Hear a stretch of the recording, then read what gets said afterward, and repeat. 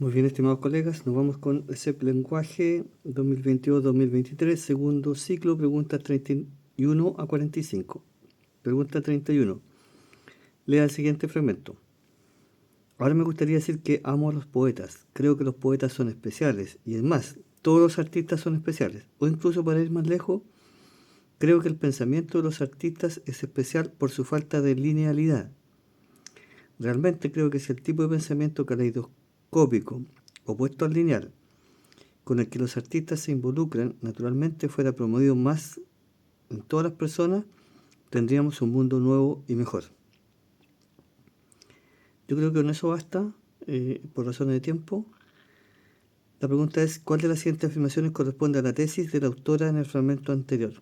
Bueno, la tesis ya está planteada, ¿no es cierto? Y es que el mundo sería mejor si se promoviera más el tipo de pensamiento de los artistas. Está bastante claro, creo. Pregunta 32. En relación con el pensamiento de los artistas, ¿cuál es el propósito comunicativo de la oración subordinada subrayada en el texto anterior? Bueno, la oración subrayada es esa, que el pensamiento de los artistas es especial por su falta de linealidad. Entonces, ¿cuál es el propósito comunicativo? Es establecer la razón de por qué es especial. En relación con el pensamiento de los artistas, ¿cuál es el propósito comunicativo? Es especial por su falta de linealidad, por su caleidoscopía, digamos, que significa un pensamiento diverso, incluso caótico podría ser. ¿Ya? Bien, vamos con la siguiente pregunta. Pregunta 33.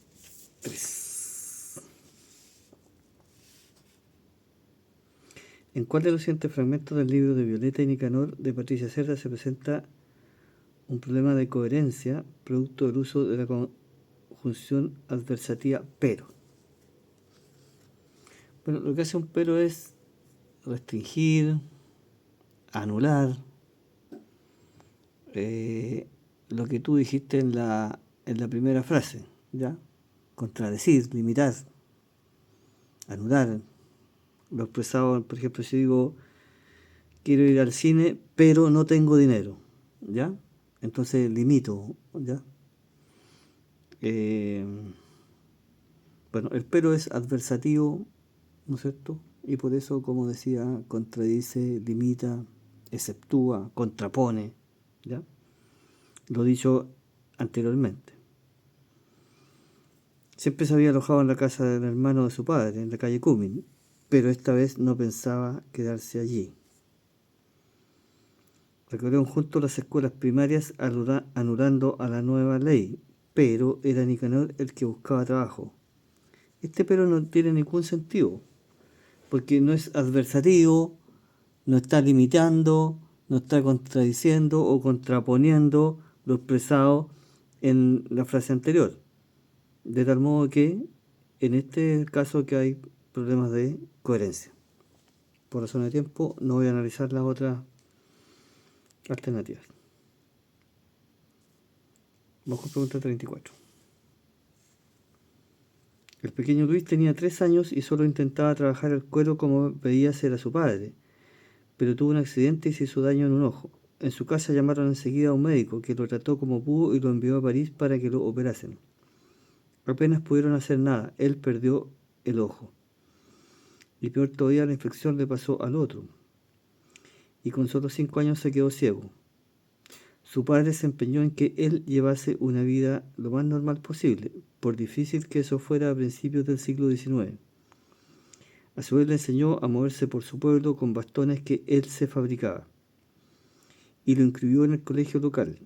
En contra de lo que esperaba, él sacó buenas notas, gracias a su memoria y tenacidad prodigiosa.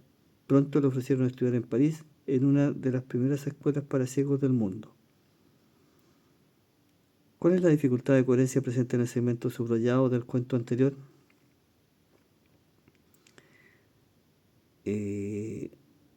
Bueno, hay un pronombre aquí muy citado, que es el pronombre él, ¿ya? Si lo puedo ver aquí, él perdió el ojo. Su padre se empeñó en que él llevase una vida lo más normal posible. Por difícil que eso fuera a principios del siglo XIX, a su vez le enseñó a moverse por su pueblo con bastones que él se fabricaba. Y puede haber algún otro más, ¿ya? Pero aquí está claro que hay un problema. ¿Quién fabricaba los bastones? ¿Era él, o sea, el pequeño Luis, o era su padre? Y aquí no queda claro, la frase es un poquito turbia si se quiere. A su vez le enseñó a moverse por su pueblo con bastones que él se fabricaba. ¿El niño se fabricaba los bastones o su padre? A mí me parece obvio que es su padre. Ya, sin embargo, él siempre fue el niño. Él perdió el ojo, su padre se empeñó en que él llevase una vida, y aquí ese él es su padre. De tal modo que lo que es, hay una pérdida de referentes del pronombre. Eso. Vamos con pregunta 35.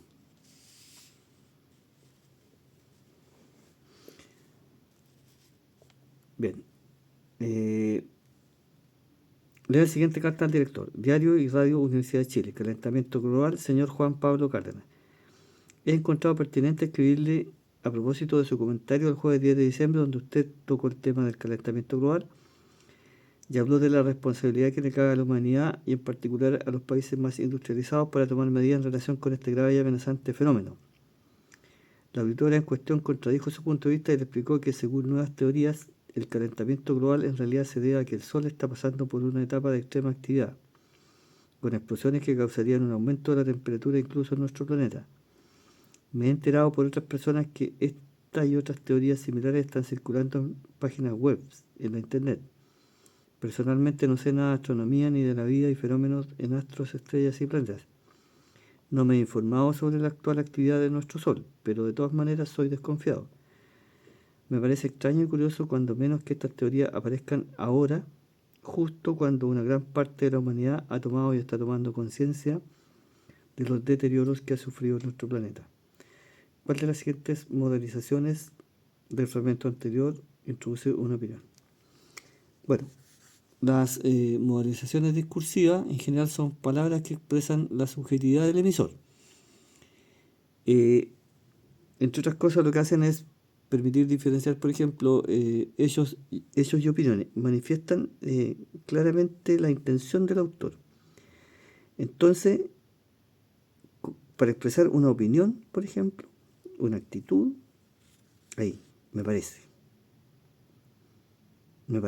Entonces, en la modelización discursiva, donde él va a expresar una opinión, un juicio de valor, por ejemplo, o alguna actitud emocional. De tal modo que claramente aquí me parece, permite distinguir un hecho de una opinión. Bien. Y las modelizaciones discursivas son para expresar opiniones, emociones, interioridades, subjetividades. Bien, aquí abrí un poquito la página porque dice, en la pregunta 36 se continúa acá. Lea y observe la siguiente infografía y responda a las preguntas 36 y 37. Bueno, ahí está la infografía, ustedes pueden ver el poder de la poesía. Un buen poema busca hipnotizar el tiempo, cruzar fronteras, burlar lo temporal, superar la distancia, desafiar a la muerte y a los estragos mismos de la historia. Todo eso pretende la poesía, o todo ese es el poder que debería tener o debe tener la poesía. ¿Qué función común cumplen las palabras destacadas en el texto anterior? Bueno, las palabras destacadas son las que acabo de leer. Hipnotizar el tiempo, cruzar fronteras, burlar lo temporal, superar la distancia. Entonces, ¿qué función común cumple de sintetizar lo que pretende lograr un buen poema? Obviamente no es enfatizar el aporte de la poesía de la historia, no mostrar los cambios de la poesía en el tiempo, tampoco, ¿ya? Indicar cómo se, tampoco, así que está claramente que es sintetizar lo que pretende lograr un buen poema. ¿Qué pretende lograr? Hipnotizar el tiempo, cruzar fronteras, burlar lo temporal, desafiar a la muerte.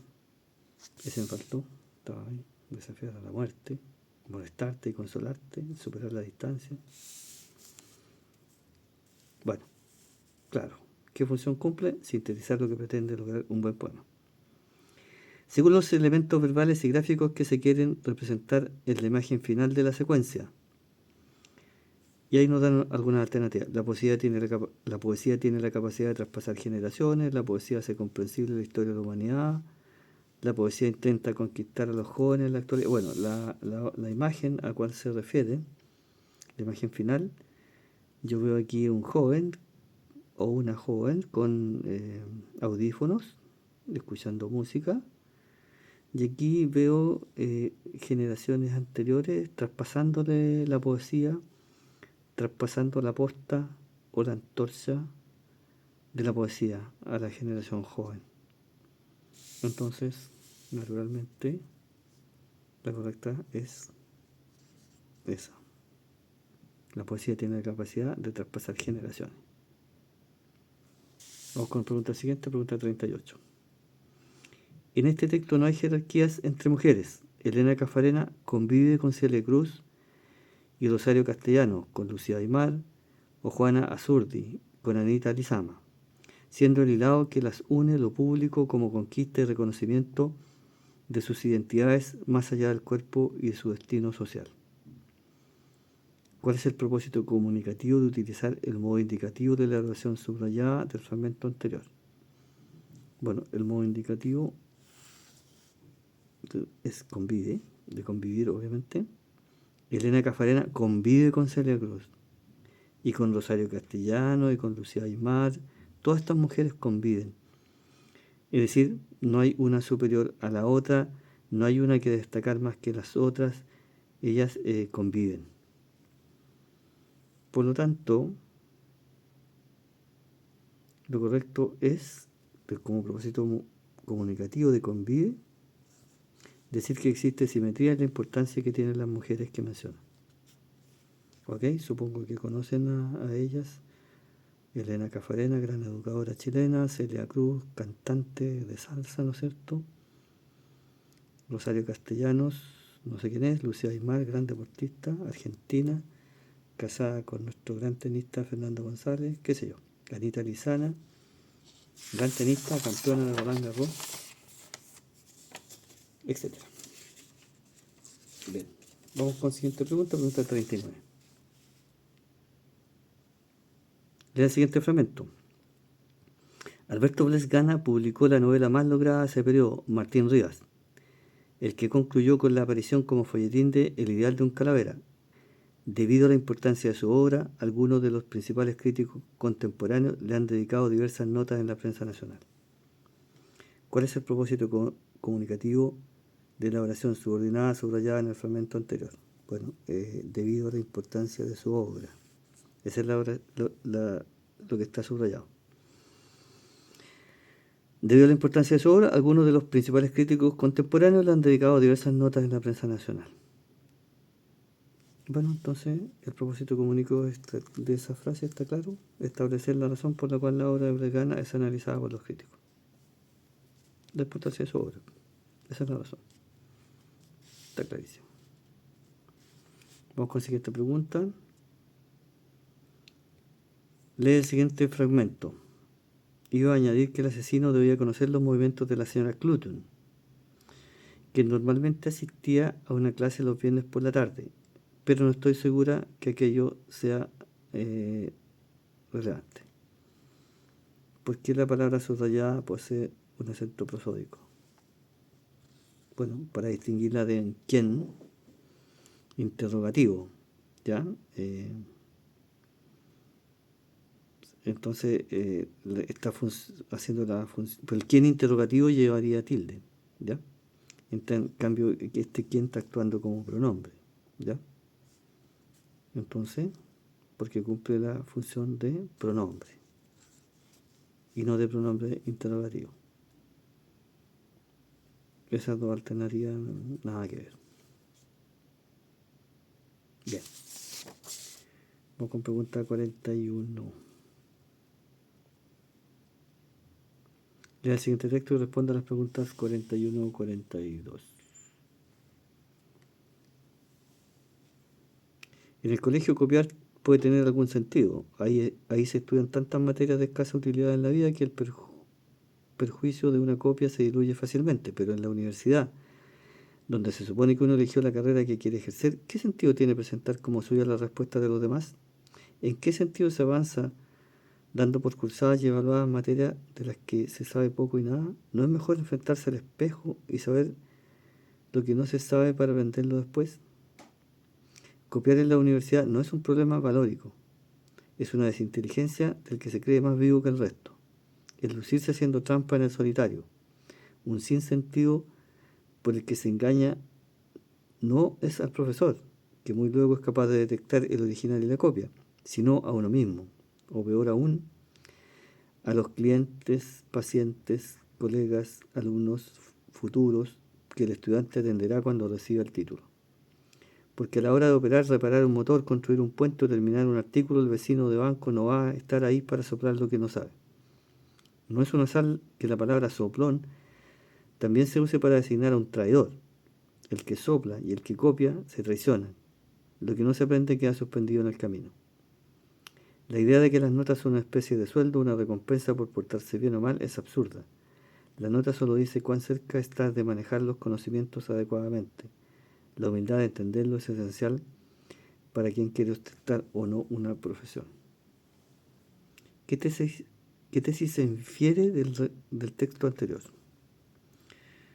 La copia es una irresponsabilidad para quienes desean convertirse en profesionales, ¿sí? Eso está bastante bien. La copia en la universidad tiene sanciones distintas de las que se realizan en el colegio, eso nada que ver. El ejercicio de la profesión hará que los que copiaron en la universidad se den cuenta de su error. Eso puede ser, pero no es la tesis. El ejercicio de la profesión pone en evidencia a quienes copiaron durante su formación universitaria. Eso puede ser, pero tampoco es la tesis, menos una inferencia, una tesis ¿ya? De tal modo que la tesis que podemos inferir aquí, obviamente, es la copia es una irresponsabilidad para quienes desean convertirse en profesionales. La tesis es el planteamiento central. Bien, vamos con pregunta siguiente, 42. Considerando el contexto, ¿por qué lleva tilde el término subrayado en el texto anterior? Bueno, el término subrayado en el texto anterior es ese, aún. O peor aún, a los clientes, pacientes, colegas, alumnos futuros que el estudiante atenderá. Bueno, recuerden que el aún con tilde es reemplazable por el todavía. De tal modo que aquí podría decir o peor todavía. A los clientes, pacientes, ¿ya? Dicho eso, entonces, ahí está. Considerando el contexto anterior, ¿por qué lleva tilde el término subrayado en el contexto anterior? Porque equivale a todavía con valor ponderativo. Vamos con pregunta siguiente, pregunta 43. Vamos a retroceder en el tiempo ya que hablaremos hoy de William Blake, que nació en Londres en 1757 y murió en esa ciudad en 1827. Las razones que me han llevado a no estudiar antes a Blake son fácilmente explicables, porque mis propósitos eran los de explicar el movimiento romántico, fundándolo con algunas figuras representativas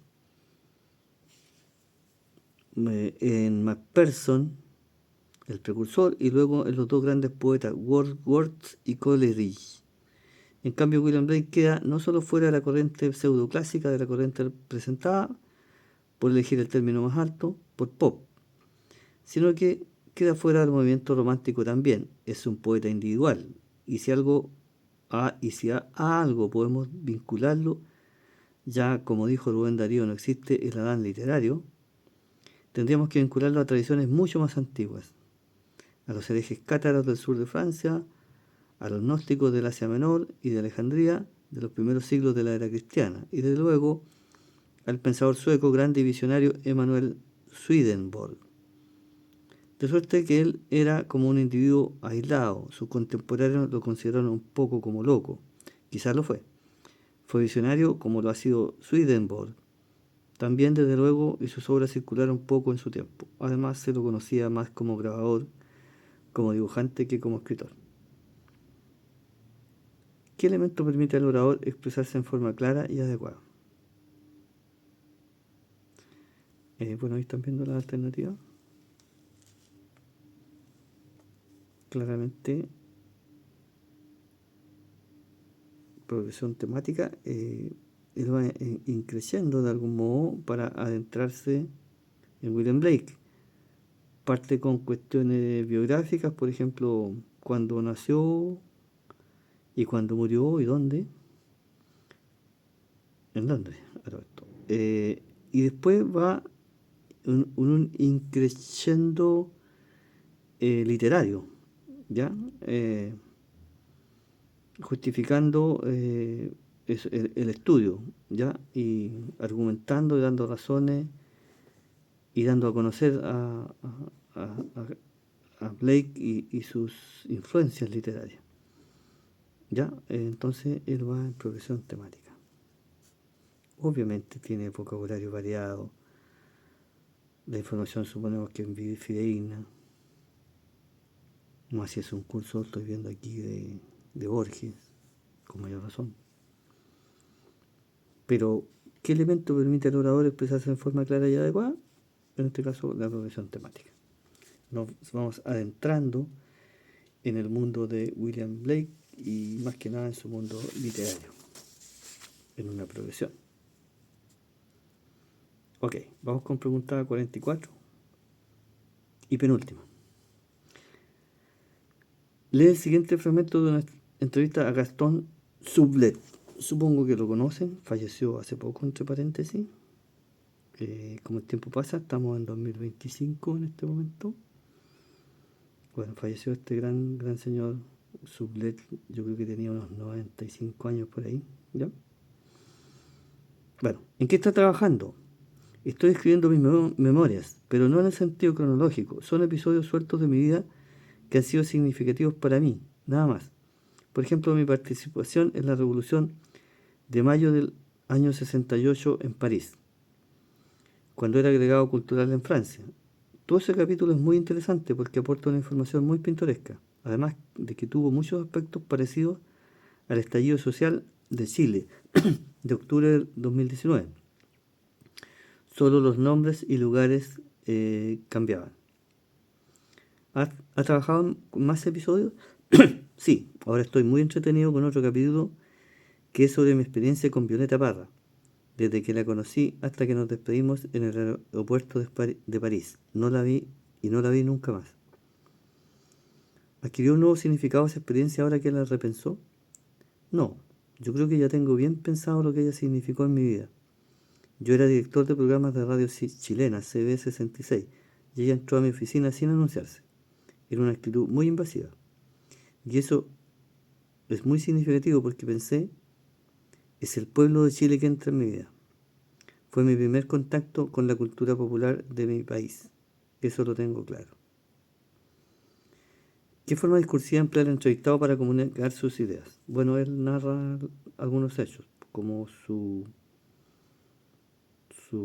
participación en la Revolución de Mayo de 1968, con la frase famosa, hagamos lo imposible.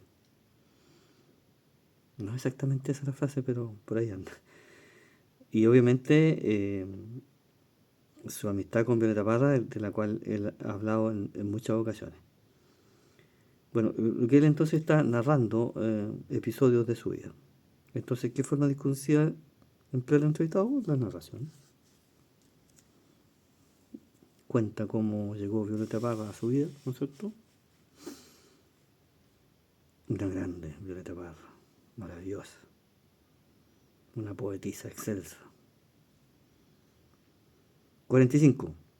¿Cuál de las siguientes estrategias del discurso permite reformular las propias ideas de un diálogo académico? Realizar un resumen, sí, podría ser. Revisar las ideas presentadas mediante paráfrasis es esa, de todas maneras. Organizarla, eso no, enumerar las ideas, ¿no? Establecer conexiones en jerarquía, eso podría ser, pero esto es mucho mejor. Supongo que todos saben que parafrasear es decir, en otras palabras, lo mismo que has dicho antes. Y por lo tanto, parafrasear es repensar y reformular la idea. De hecho, parafrasear de en sí misma es una reformulación. Así que eso. Nos vemos en una siguiente, estimados colegas. Muchas gracias por la atención.